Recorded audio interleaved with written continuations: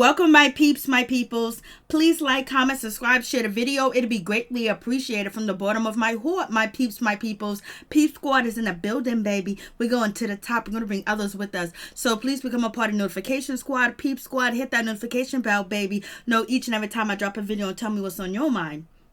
So let's just talk about it. Love and Hip Hop Miami, the reunion part 2. Yes, it did go down, baby. I was like, Indeed. It seems like Trick Daddy was doing some jump roping. And then on top of that, KaMillion, she said that she might be pregnant by, Briscoe. And he's on the show with his woman and trying to get his family back together. What a scumbag. But I want you guys to check out the end of the video. You're going to hear rapper KaMillion basically explain what happened with her pregnancy and everything else like that. She's going to give us the #1 information. So let's move on from this situation. So let's just start and get it on and popping. So we have Trina. She done walked off. She done left. She done jumped in the car. She done bounced. She was upset. She was irate. She read Nikki natural down from the floor up.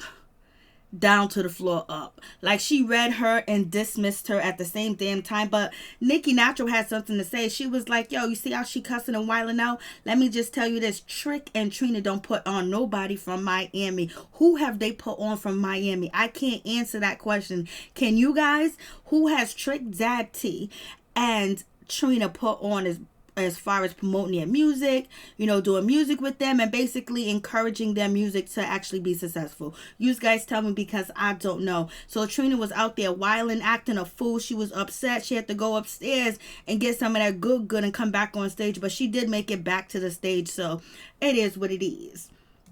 And then from there, we have, Sukihana and Shay going back and forth. And basically, Sukihana's like, yo, you need to mind your business. You jumping into people's business. You all up in my face. And then, Shay was like, you all up in my face. And Sukihana said, I was never in your face. You just jumped in the business.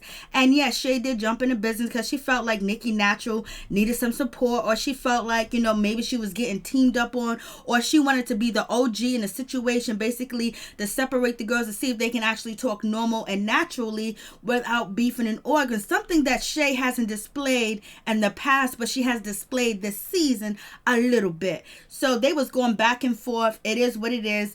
I guess they're gonna go their separate ways, but there's no beef between them, so it's gonna be what it's gonna be. And Sukihana was like, yo, listen, your girl just got red for filth, Your girl Nikki Natural just got red. How come you didn't stop Trina? How come you didn't get all up in Trina's face? So basically, Sukihana saying, you tested me, you tested me and shit like that, but you ain't gonna test Trina. And so, Shay was like, well, listen, Nikki Natural can handle her business. She's a grown woman. I hang with women that are grown, blasting the third. And I felt like, Nikki can handle herself. Damn well Shay did not want to get up and Trina's face at all, because Trina was irate and she didn't want to jump into that. And plus it was more security, so people was going to jump in at the nightclub. It seemed like it could have got really crazy. And Shay did go, and Shay and Sukihana did almost fight. Shay done ripped Sukihana's clothes and had it on her or whatever. They was about to fight, but, security broke it up too as well. But they was swinging and banging, trying to get at each other, but it didn't happen. So it seems like they're going to go their separate ways. That's good for them. And so we get to the point where, the BAPS tour or whatever the case may be, the ladies, go to this honky tonk club or whatever the case may be. Then you got this Caucasian woman. She steps up and she wants to be disrespectful and she wants to sing Trick Daddy's song, and she used the N-word. She didn't have to use the N-word. She could have used black. She could have said bleep, don't work for y'all. She could have said something like that, but she wanted to prove that she can be disrespectful, and she's gonna go around and brag that, oh, look at these 3 girls supposed to be rapper hardcore. They're from the Poke Bean Projects. They're from the projects, and they rapping like this and rapping like that. But I stepped to them and I called them the N-word. The only reason why she did it because she wanted to show power and she wanted to be disrespectful. It's not that, oh, she just wanted to sing the lyrics. This lady knew exactly what she was doing, and she had the liquid courage to do it because that's what she did. And when most people try to say to you, Caucasian people, oh, I'm just singing a song and the words, they can bleep out the N-word. They don't have to say the N-word in front of a black person. They don't have to do that. They don't have to do that, but they do it to be disrespectful.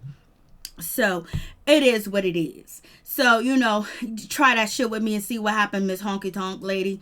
And so then we get to the situation where Sukihana was like, listen, I ain't going for that. That ain't gonna happen. Sukihana was basically, going ham, and she wanted to get at the lady point blank, period. And she wasn't feeling that way. And she felt like she was like a slave performing for them. Like, you know what I'm saying? This lady gonna walk up and say the N-word and disrespect me. She felt like she was back in slavery. She felt like, oh, do your dance, showboat for us. Like, basically, like she ain't nobody and she's there to perform for them, and they're disrespecting her at the same damn time. So she felt a kind of way, and so did KaMillions. She felt a certain type of way too as well, because her great grandmother was the first and last woman murdered in Texas, and her great grandmother was a Caucasian male was trying to imprison her and rape her and try to kidnap her into slavery, and she defended herself and she took him out. And so therefore, there's never no justice for black people. Our ancestors and everybody keeps going through trials and tribulations and disrespect and everything else like that. And we still see it today. It still has not left. They just not lynching us as much as they do. They use it through the police brutality. And now they're trying to say that black people are the ones that are affected by corona. So, the most. Like, come on. So what's your plan, government? Give us our reparations for, if we're so affected by the coronavirus, give us our reparations. You know what I'm saying? You know what I mean? You did it for the Asians. You got a hotline for them. You had a reparation for them if they're being disrespected and, their businesses. Well, then do something about the disfranchised African American black people that are mostly affected allegedly by corona. Then, cut us a stimulus check. For real, if you really care. You just wanted to put our face on corona. So moving on from that situation, we got KaMillion. Basically, she's saying what she had to say, and she's not here for, and she gonna let nobody disrespect her and use the N-word in front of her face, regardless if it's in her lyrics or not. She really didn't think about using the N-word somebody else saying it. They can say it and use it, but don't say it towards a black person. Don't say it in front of a black person. Don't say it around a black person, because you don't know how they're gonna respond. And coming from you is different, because we use it as a term of endearment. I don't use it on my channel or whatever. I don't say the N-word. Maybe I have, maybe I haven't, but I don't remember if I ever said it or not. So it is what it is. Don't try it. Don't try it, because they only want to say it just to try you and say it in front of their face like, oh, I can say it. Who are you? No. Miss me with that bullshit. You can't say it. And then we got Tip. She's co-signing. Oh my God, the rappers use it. Why can't they use it? So she's co-signing for Caucasian to say the word. But we already know Miami Tip is kind of confused, because she said, she made her hair nappy on purpose, and she didn't put on lotion to be extra dry so she can look like, she's black. So, we can't listen to anything that she say, because she's off her rocker. She ain't got no sense. So, moving on from that situation, and we have, Hood Brat basically feels like it's okay to say it, but what can we expect from Hood Brat? She won't go help her sister. She's still living with a man that's married. So, what do you expect? Not much. But Amada basically said she apologized to anybody that she offended when she used the N-word, on Instagram, and she's not going to say it, even though she feels like she should be able to say it, because she's dark-skinned, she was raised in a project, she was raised in the hood, blase and a third, but she said that she's not going to say a point-blank period, and she left it as that. Smart, very smart. Then we get on to the scumbag Brisco, whatever your name want to be, dude. Like, he's out here acting like he want to be with his baby mother, talking about his family, talking about this, talking about that, moving in together, having a house together. He done changed. He's a different man. But cello, baby girl, you should have already known that he was no good, but you gave him a second chance. You gave him a shot. You didn't turn your back on him, because I know when he got out of jail, he was broke, he was begging, and he probably had no place to go, nowhere to stay, and he came to you and you felt sorry for him, and you was like, maybe he learned his lesson after these years behind bars, but evidently he still don't value you at all. So you got to value yourself and move on. You gave him a shot, you gave him a second chance, and everything else like that. Just let him have his visitation rights and visit the kids. And then we have KaMillion. She's backstage basically telling the second host that she hasn't she's missing her period and everything else like that.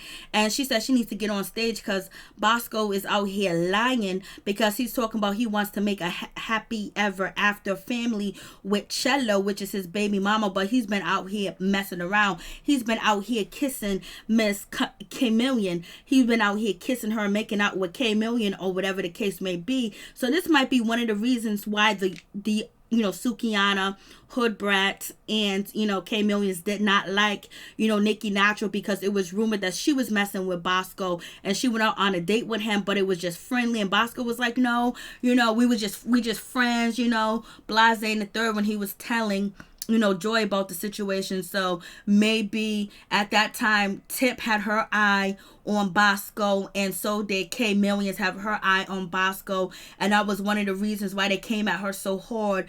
But Nikki Natural did say that she's a better rapper than all the other females, and she's told Hood Brat that, and basically she's basically bigging up herself and saying that she's better than all the other girls there, that all the other girls that was at Trina's talent show. So Hood Brat went back and told her girls what she said, and they took offense to it, and they tried to get at her, and then Nikki Natural done stole Suki on a cell phone, so it went ham like that. So we can see Bosco over here kissing K-Money. So basically his baby mama, Cello, she's upset, she's embarrassed because she learned about her man cheating on her while she's sitting on stage with him. She's thinking that, okay, we done got dressed together, we done came here together, we done woke up, we done got off the bed together, we done got dressed together, we done came here together, and then you out here, sleeping with women that I'm gonna find out about it. You're not even sleeping with somebody far away. You're sleeping with women that are right next to us, that too close for comfort. Like, you can cause beef, you can cause havoc on your family with the situation, especially if the girls want to get rah-rah, and especially if Cello wanted to get rah-rah. You created a whole situation for no reason. You could have just let your baby mama know that, you thought you was ready, but you ain't ready, and you ain't never been ready. So, but basically you put her in a bad predicament. What if she would have did that to you, Bosco? Like, he is so ratchet, he's so shady, so low down, he thinks it's okay. He done used that woman to get back on his feet. She probably paid for his clothes, his jewelry, and he got a hot meal and everything else like that. And basically he's out here sleeping with the cast, knowing that his wife was gonna find out. I mean, his baby mama's gonna find out, but he don't care, because he only cares about his needs, and he is selfish, and that's just what it is. He's selfish, he thinks about himself, and that's it. Because he was asked by Claudia Jordan, what did you miss most while you was locked up? And he said a touch of a woman. He missed the punani. I understand that, but shit, you could have said your kids. Shit, you could have said your freedom. But no, you missed the punani. So you already knew you was gonna come out wilding out. And I don't even know why these women are having unprotected sex with a man that just got out of jail. Hopefully he had that HIV test, because what be going on in jail. You know what I'm saying? Because sometimes guys consider having sex in jail with other men not gay, not bisexual, and it's just something that is not speak of, is not heard of, or whatever. They just getting their rocks off, and I was like, maybe Cello should have waited some time before she'd have let Bosco come back and woo her and bring her back in. But it probably was just filming for TV, that he needed her to be by his side, and he didn't know that was his storyline, getting back with his baby mama. But he didn't know that he was gonna hook up with a Maryjanetv and Kamillion. So it is what it is. Low down, dirty dog, right in front of your face, right in your backyard, doing that woman like that on national TV and embarrassing her. She got to be crazy to take you back, because her whole family knows. And so now we got KaMillions. She get on stage, and basically she said, hey boo daddy. I was like, so disrespectful. She said that she didn't know about the relationship. She said she saw a little something. She asked him, and he was like, nah, we ain't together. But she know better. She knew that man was with that woman. But you know what? It is what it is. He didn't care, and she didn't care. She don't have a relationship with Cello, but she believed his words because she wanted some of that Bosco. I don't know what Bosco has going on, but that hot sauce might be fire. So it is what it is. And so he's all shocked. He's smiling and grinning like he is happy that he conquered these two women on stage and got his baby mother, on the right side of him. So he feels like he's the man. And basically, if you really want to change and not go back to prison and really be a different person, you got to change from the inside out. You can't still have them same mentality and behaviors if you want to change and be a different person, and he ain't changed. So therefore likely he might reoffend, because you got to change from the inside out, and that start with being faithful and stop lying to your significant others and then going around having unprotected sex with kids that you can't even take care of. Come on.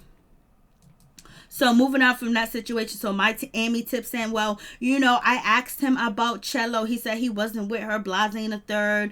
And basically, he's just there for his kids. And so Miami tip jumped into bed with him. I hope they did use protection, because it seems like Briscoe is passed around. He is community penis. I was like, Lord have mercy. Cello, you better run and never look back, because if you do, you're going to turn into a pillar of salt, baby. And so, Briscoe and, Cello, they arguing back and forth, and he said, oh, she's the best thing that I ever had, and she supported me, but yeah, he done dogged her out and embarrassed her on TV, says how much you appreciate her, and on top of that, you said you want to be a role model for your kids, and you abandon your kids. Look how you abandon their mother. Look how you disrespecting their mother. How is anybody going to trust you and believe that you're actually on the right path? So moving on from that situation, we have Miss, we have Trick Daddy, love of his life. Joy is trying to get him clean, basically to get off meat, to change his diet, to be a better person, to take his health seriously. And Trick Daddy ain't trying to listen to it at all. Bobby told Trick that you can have a plant-based diet, you can reverse any disease. And yes, factual. Ask Dr. Sabi and Dr. Africa. Dr. Lean Africa, Dr. Layla Africa. And so we have that situation, and Trick Daddy was like, whoa, Bobby, I eat mermaids and you eat hot dogs. Okay, yeah, that was funny or whatever, but we're talking about your life, and Bobby was speaking some real facts to you. So moving on from that situation, Trick Daddy is trying to jump rope and everything else like that. He's out here jump rope, and he did 5. And so we got Hood Brat. Basically, she's still being selfish, and she won't go help her sister out. Like, she is not rapping every day, 7 days a week, all day long, 24 hours a day. She can give her sister a hand. She can babysit them kids. She can fix them lunch. She can help them brush their teeth. She can take them to the park. She can take them to the movies. Well, she can't do that now, but at least she can babysit. Now her sister is probably in the house 24 hours with the kids. Maybe she need a break. Please go help your sister. Give her some assistance and leave that married man alone, because now the married man and his wife are going to play you and run game on you, because now you know about the wife and you're still sticking around. So the wife is going to do nothing but try to torment you and bring you back and forth through drama and bullshit. And then now your boyfriend, he knows that you will put up with anything and everything, and ain't gonna rub it in your face and dog you out and make you feel bad and take away the little bit of self-esteem that you do have. So moving on from that situation, we have, Nikki Natural. Basically, that all the ladies are talking about their kids that are rappers, and except for, Kamillion. So, Bobby Likes was like, Trick Daddy, why don't you talk about Nikki Natural? She's a rapper. She got kids. And Nikki Natural was like, well, yeah, I do got kids. I got 3 kids, 3 different baby daddies, but they all help me. They all take care of their child. So it's not as hard as on me. It's not difficult for me, because I have support and I have help. And so then Bobby Likes, that is shade towards, Sukihana, because Sukihana was like, I'm struggling. I got to do what I got to do. I got to rap. I got to talk nasty. I got to disrespect my body. I got to do everything I can to get them $30,000 and $20,000. I got to sell my body, and I got to sell the music. I just think Sukihana should be a porn star. A rapping porn star. So anyway, she gets up there and she's just like, people pay me for this, people pay me for that. She's doing the most. You guys tell me what you think. Peace. I'm out. Much love to all my peeps and my peoples.